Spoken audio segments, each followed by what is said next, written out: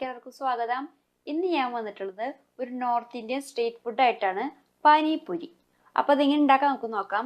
അതിനാദ്യം തന്നെ വേണ്ടത് റവ, മൈദ, വേവിച്ച് വെച്ചിട്ടുള്ള വെള്ളക്കടല, ഉരുളക്കിഴങ്ങ് രണ്ടെണ്ണം എടുത്തിട്ടുണ്ട് കേട്ടോ, ചാട്ട് മസാല, മുളക് പൊടി, ഉപ്പ്, ബ്ലാക്ക് സാൾട്ട്, ബേക്കിംഗ് പൗഡർ അല്ലെങ്കിൽ baking soda, sev, tamarind dates chutney, green chutney. അപ്പം എങ്ങനെയാണ് പാനിപ്പൂരി ഉണ്ടാക്കാൻ നമുക്ക് നോക്കാം. അതിനാദ്യമായിട്ട് പാനിപ്പൂരി ഇടുന്ന ആ ഗോൾഗപ്പ ഇല്ലേ, അത് നമുക്ക് ഉണ്ടാക്കാം. ഒരു വലിയ ബൗൾ എടുത്തിട്ടുണ്ട്, അതിലോട്ട് റവ ആഡ് ചെയ്യാം. ഒരു നാഴി റവയാണ് ഞാൻ എടുത്തിട്ടുള്ളത് കേട്ടോ. ഇനി ഇതിലോട്ട് ഉപ്പ് ആഡ് ചെയ്യാം, ബേക്കിംഗ് പൗഡർ ആഡ് ചെയ്യാം, 1/4 സ്പൂൺ ബേക്കിംഗ് പൗഡർ. ഇനി ഇതിലോട്ട് മൈദ ആഡ് ചെയ്യാം, 2 സ്പൂൺ മൈദ. ഇതിലോട്ട് 1 സ്പൂൺ ഓയിലും കൂടി ആഡ് ചെയ്യാം.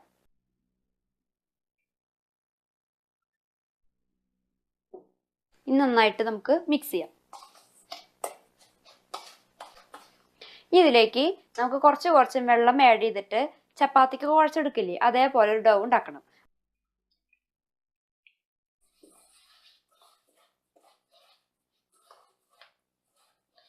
നമ്മുടെ ഡൗ റെഡി ആയിട്ടുണ്ട്, കണ്ട നല്ല സോഫ്റ്റ് ആയിട്ടുണ്ട്. ഞാൻ മൊത്തം 3 സ്പൂൺ മൈദയാണ് ഇതിലോട്ട് ആഡ് ചെയ്തിട്ടുള്ളത്. ഇതിൽ മെയിൻ ഇൻഗ്രീഡിയൻ്റ് എന്ന് പറയുന്നത് റവയാണ്. അപ്പം അത് കാരണം കൊണ്ട് വെള്ളം ഒഴിക്കുമ്പോൾ സൂക്ഷിച്ചു വയ്ക്കണം. വെള്ളം കുറഞ്ഞിട്ടുണ്ടെങ്കിൽ നമുക്ക് പരത്തി കിട്ടൂല. അതേപോലെ തന്നെ ഈ സാധനം പൊട്ടി പോയി നമുക്ക് ഇങ്ങനെ കറക്റ്റായിട്ട് ഒരു ഷേപ്പിൽ കിട്ടില്ല. വെള്ളത്തിൻ്റെ അളവ് സൂക്ഷിച്ച് ഉപയോഗിക്കണം. ഇനി ഇതൊരു 15 മിനിറ്റ് നമുക്ക് റെസ്റ്റ് ചെയ്യാൻ വെക്കാം. അതിനുശേഷം നമുക്ക് എങ്ങനെയാണ് ഇതിനെ ഗോൾഗപ്പി ആക്കി എടുക്കാൻ നമുക്ക് നോക്കാം. 5 മിനിറ്റ് കഴിഞ്ഞിട്ടുണ്ട്. ഇനി ഇതിലേക്ക് 1 സ്പൂൺ കൂടി ഓയിൽ ഒഴിക്കാം. ഒന്നും കൂടി നന്നായിട്ട് മിക്സ് ചെയ്യാം. നമ്മൾ ഈ ഡോ ഉണ്ടാക്കി വെച്ചതിന് ശേഷം തുറന്നു വെക്കരുത്, ഏതെങ്കിലും പാത്രം കൊണ്ട് അടച്ചു വെക്കണം കേട്ടോ. തുറന്നു വെക്കുമ്പോൾ ഒന്നും കൂടി ഡ്രൈ ആയി പോവും. പാനിപ്പൂരിയുടെ മാത്രമല്ല, ചപ്പാത്തി ഉണ്ടാക്കുകയാണെങ്കിലും പൂരി ഉണ്ടാക്കുകയാണെങ്കിലൊക്കെ നമ്മളിങ്ങനെ കുഴച്ചതിന് ശേഷം തുറന്നു വെക്കരുത്. നമ്മൾ കുഴച്ച് വെച്ച മാവില്ലേ, അതിന് 2 പീസാക്കി, അതിലൊരു പീസാണ് ഇത്. ഇതിൽ നമുക്ക് ചപ്പാത്തി പരത്തുന്ന പോലെ പരത്തിയെടുക്കണം. പരത്തിയെടുക്കാനായിട്ട് മൈദപ്പൊടിയാണ് ഇതിന് മുകളിലിട്ടിട്ട് പരത്തേണ്ടത്. എൻ്റെ ചപ്പാത്തി പലക ഇതാണ് കേട്ടോ, ഞാൻ ഇതിലിട്ടിട്ടാണ് പരത്തുന്നത്.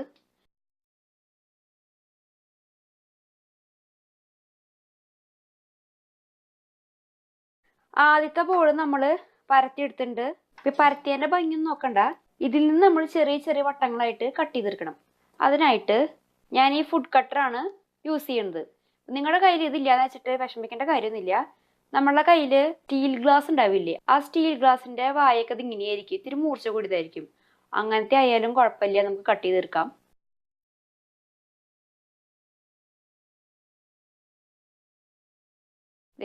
ആദ്യത്തെ ട്രിപ്പ് ഞാൻ കട്ട് ചെയ്തെടുത്തിട്ടുണ്ട്.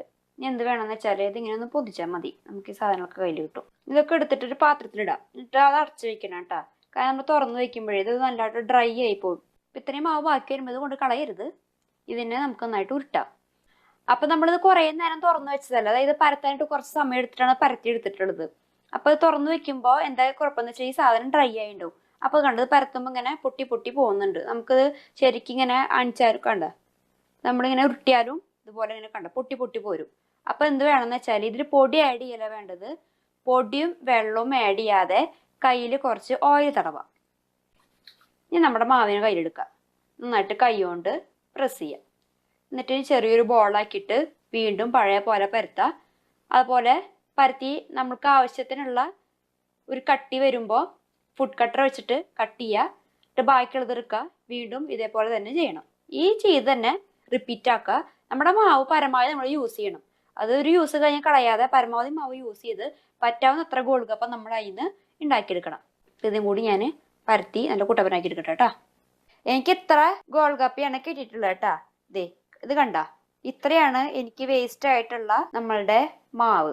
ഈ ഒരു തിക്നെസ്സിലാണ് നമ്മൾക്ക് ഗോൾഗപ്പയുടെ പരുവം. ഒരുപാട് തിന്നാവാനും പാടില്ല, ഒരുപാട് കട്ടിയാവാനും പാടില്ല. ഒരു മീഡിയം സൈസിൽ വേണം ഇത് കട്ട് ചെയ്ത് എടുക്കാനായിട്ട്. അപ്പം ഞാനിത് എല്ലാം ഒരു പാത്രത്തിൽ ഇട്ട് വെച്ചിട്ടുണ്ട്. നമ്മൾ നേരത്തെ മാവ് കുഴച്ച പാത്രം തന്നെയാണ്. ഇനി എന്ത് വേണ്ടതെന്ന് വെച്ചാൽ എണ്ണ ചൂടാക്കുക, ഫ്രൈ ചെയ്തെടുക്കുക. ഗോൾഗപ്പ ഫ്രൈ ചെയ്യാനായിട്ട് ചീനച്ചട്ടിയിൽ ഓയിൽ ഒഴിച്ച് വെച്ചിട്ടുണ്ട്. അപ്പോൾ ഇത് ചൂടാവട്ടെ. പിന്നെ ഇത് വേഗം തന്നെ ഉണ്ടാക്കാൻ പറ്റുന്ന റെസിപ്പിയാണ്. തലേദിവസം തന്നെ 2 ചട്നികളും സേവും ഉണ്ടാക്കി വെക്കുകയാണെങ്കിൽ നമ്മുടെ പണി വേഗം എളുപ്പമായി കിട്ടും. പിന്നെ അതുപോലെ തന്നെ വെള്ളക്കടല വെള്ളത്തിൽ കുതിർത്തതിന് ശേഷം മാത്രം വേവിച്ചെടുക്കാനായിട്ട് നോക്കുക. എണ്ണ ചൂടായിട്ട് ഇതിലേക്ക് ഓരോ ഗോൾഗപ്പയായിട്ട് ആഡ് ചെയ്യാം.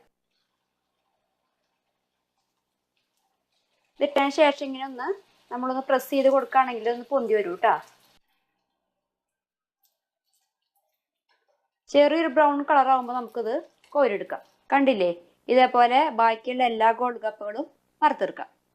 ഗോൾഗപ്പ ഫുള്ള് വറുത്തെടുത്തിട്ടുണ്ട് കേട്ടോ. ഞാൻ എല്ലാതും നന്നായിട്ട് മുരിച്ചിട്ടില്ല. നമുക്ക് ഷോപ്പിൽ നിന്ന് കിട്ടുമ്പോൾ ഇങ്ങനത്തെ ഒരു കളറാണ് നമുക്ക് കിട്ടുക. ഞാൻ എല്ലാം അതുപോലെ മുരിച്ചെടുത്തിട്ടില്ല, എന്നാലും ഒരുവിധം എല്ലാതും നന്നായിട്ട് മുരിച്ചെടുത്തിട്ടുണ്ട്. പിന്നെ ഇത് കണ്ട ചില പപ്പടം കണ്ടില്ലേ, വീർക്കത്ര പപ്പടം അതേപോലെ ആകെ ചുങ്ങി ഉണങ്ങിയിരിക്കുക. ബാക്കിയുള്ളതൊക്കെ കറക്റ്റ് ഇങ്ങനെ പൊന്തിയിട്ടുണ്ട്. കണ്ട നന്നായിട്ട് എല്ലാം പൊന്തിയിട്ടുണ്ട്. ചിലതൊക്കെ ഇതുപോലെ എനിക്ക് കിട്ടിയിട്ടുണ്ട് കേട്ടോ. നമ്മൾ കട്ട് ചെയ്തെടുക്കുമ്പോഴേ ചില ഭാഗത്ത് ഭയങ്കര തിന്നായിട്ട് ഇരിക്കുന്നുണ്ടാവുക, നമ്മൾ ശ്രദ്ധിക്കില്ലല്ലോ. അപ്പൊ അങ്ങനെ ചിലതൊക്കെ ഇങ്ങനെ കിട്ടിയിട്ടുണ്ട്. ഇനി അടുത്ത പരിപാടി എന്താ വെച്ചാല് നമ്മുടെ മസാല റെഡിയാക്കലാണ്.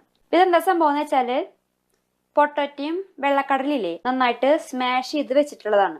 നിങ്ങളുടെ കയ്യിൽ വെള്ളക്കടലില്ലെങ്കിൽ ബ്ലാക്ക് കടല വേണമെങ്കിൽ യൂസ് ചെയ്യാം, അല്ലെങ്കിൽ ചെറുപയറില്ലേ അത് വേണമെങ്കിൽ യൂസ് ചെയ്യാം. അത് മുളപ്പിച്ച് ചിലർ മുളപ്പിച്ച് അതിന് യൂസ് ചെയ്യാറ്.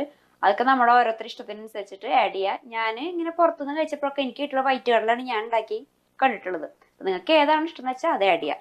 ഇതിലോട്ട് കുറച്ച് മസാലകളൊക്കെ ആഡ് ചെയ്യാണ്ട് ജീരകപ്പൊടി ഇൻഗ്രീഡിയൻസിൽ കാണിക്കാനായിട്ട് വിട്ടുപോയിട്ടാ. അപ്പൊ അത് ആഡ് ചെയ്യാം. കുറച്ച് ജീരകം എനിക്ക് അതിന്റെ സ്മെല്ല് അത്ര ഇഷ്ടമില്ലാത്ത ആളാണ് ഞാൻ. അപ്പൊ ഞാനൊരു 1/4 സ്പൂൺ വരെ ആഡ് ചെയ്തിട്ടുള്ളൂ.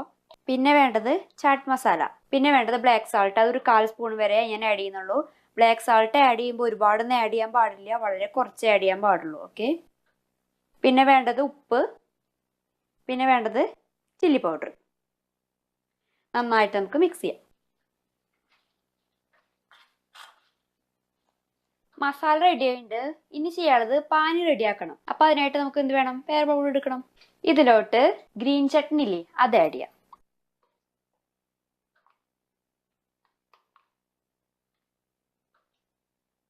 മൂന്ന് സ്പൂൺ ഗ്രീൻ ചട്നി അതിലേക്ക് ആഡ് ചെയ്തിട്ടുണ്ട്. ഇനി ഇതിലോട്ട് ടാമറൻ ഡേറ്റ്സ് ചട്നി ഇല്ലേ അതും കൂടി ആഡ് ചെയ്യാം.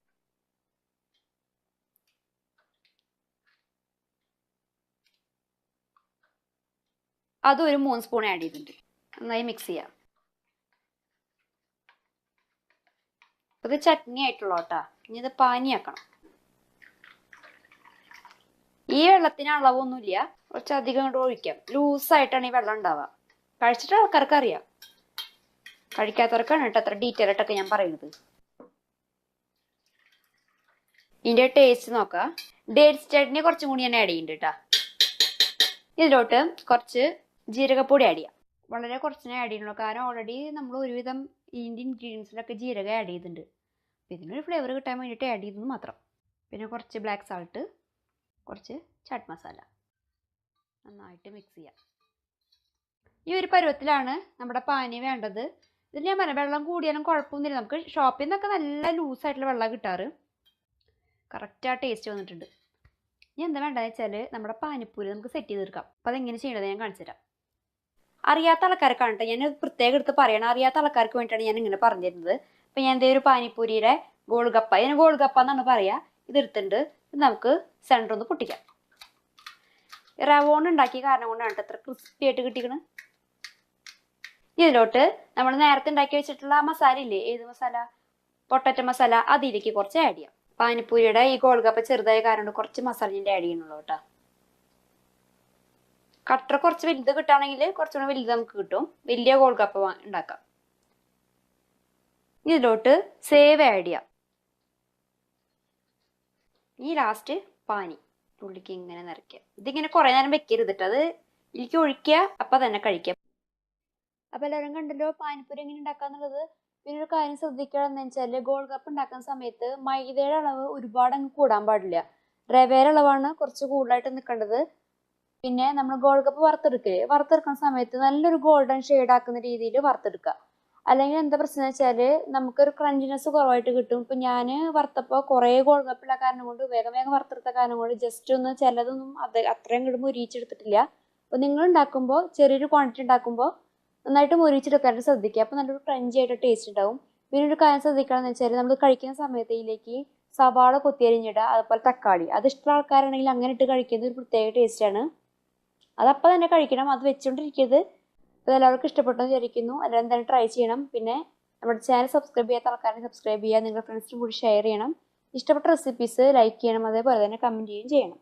അപ്പോൾ നല്ല റെസിപ്പി ആയിട്ട് ഞാൻ വീണ്ടും വരും. അതുവരേക്കും ടാറ്റാ.